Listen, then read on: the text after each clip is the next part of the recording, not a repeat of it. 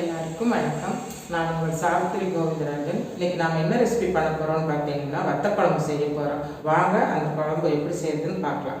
பொருளெல்லாம் நம்ம வறுத்துக்கலாம். அடுப்பத்தை வச்சுட்டு ஒரு மீடியம் ஃப்ளேமில் வச்சுக்கலாம். ஒரு ஸ்பூன் எண்ணெய் ஊற்றிக்கலாம். இப்போ கடலைப்பருப்பு சேர்த்துக்கலாம், உளுந்து பருப்பு சேர்த்துக்கலாம். இது கொஞ்சம் ப்ரௌன் கலர் ஆகும் பாருங்க. கடலைப்பருப்பு உளுந்து பருப்பு நல்லா செவந்து வந்துச்சு. இப்போ இது கூட மிளகு, சீரகம், வெந்தயம், கொத்தமல்லி. கலருக்கு வேண்டி 3 காஷ்மீர் சில்லி போட்டிருக்கேன். காரத்துக்கு ஒரு 4 வரமிளகாய் சேர்த்துருக்கேன். இது கூட பார்த்திங்கன்னா அரிசி சேர்த்துக்கலாம். கருவேப்பிலையை இது கூட சேர்த்துக்கலாம். பாருங்க, அரிசி நல்லா பொரிஞ்சு வந்துடுச்சு. இப்போ ஒரு ஸ்டவ் ஆஃப் பண்ணிவிட்டு இது வேறு ஒரு பிளேட்டுக்கு மாற்றிக்கலாம். ஒரு கரண்டி எண்ணெய் சேர்த்துக்கலாம். இப்போ வெங்காயம் போட்டுக்கலாம். பூண்டு இது சேர்த்துக்கலாம். இப்போ பாருங்கள், வெங்காயம் கலர் சேஞ்ச் ஆகிடுச்சு. இப்போ இது கூட நம்ம தக்காளி சேர்த்துக்கலாம். நான் பெருசாக கட் பண்ணி போட்டுருக்கேன். ஏன்னா நம்ம இது மிக்சியில் அரைக்க போகிறோம். அதனால் கொஞ்சம் பெரிய பீஸஸாக போட்டிருக்கேன். இப்போ பார்த்திங்கன்னா தக்காளி பழமும் சேர்த்து நல்லா வதக்கியாச்சு. போதும், நமக்கு இந்த அளவுக்கு வதங்கினா போதும். இப்போ ஸ்டவ் ஆஃப் பண்ணிவிட்டு எடுத்து மிக்சியில் அரைச்சிட்டு வந்துடலாம். இப்போ நம்ம முதல் வறுத்தோம் இல்லைங்களா, கொத்தமல்லி, சீரகம், அது இது எல்லாமே நம்ம ஒன்றா சேர்த்து அரைக்கணும். நான் அரைச்சி எடுத்துகிட்டு வந்துட்டேன். இப்போ குழம்பு நம்ம தாளித்து விட்டுடலாம்.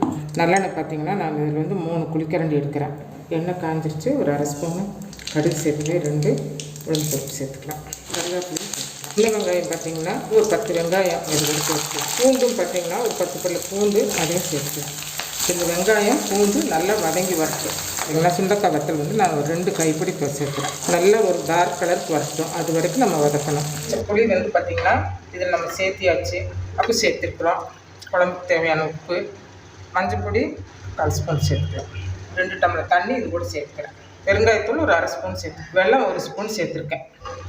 மூடி போட்டு ஒரு 5 நிமிஷம் கொதிக்கிட்டோம். மசாலா அரைச்சி வச்சுருக்கோம் இல்லைங்களா, இந்த மசாலாவை நம்ம இது கூட சேர்த்துக்கலாம். மசாலாவில் இருக்கிற பச்சை வாசம் போகிறதுக்கு ஒரு 10 நிமிஷம் நம்ம வேக விடணும்.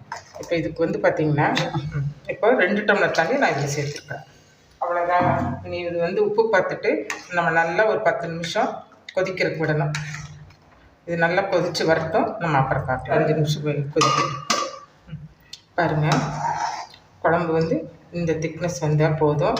உங்களுக்கு இன்னும் கொஞ்சம் திக்காக வரணுன்னா இன்னொரு 2 நிமிஷம் விடுங்க. இது கரெக்டாக இருக்கும். இது நார்னா மறுபடியும் கொஞ்சம் கெட்டியாகும் இல்லையா. இப்போ நாம் இது நல்லெண்ணெய் ஃப்ளேவரில் தான் நம்ம செய்கிறோம். அதனால் கடைசியாக கொஞ்சம் ஒரு கரண்டி நல்லெண்ணெய் ஊற்றி இறக்கிடலாம். சுண்டக்காய் வத்த குழம்பு ரெடி ஆகிடுச்சு. ரொம்ப சூப்பராக இருக்குங்க.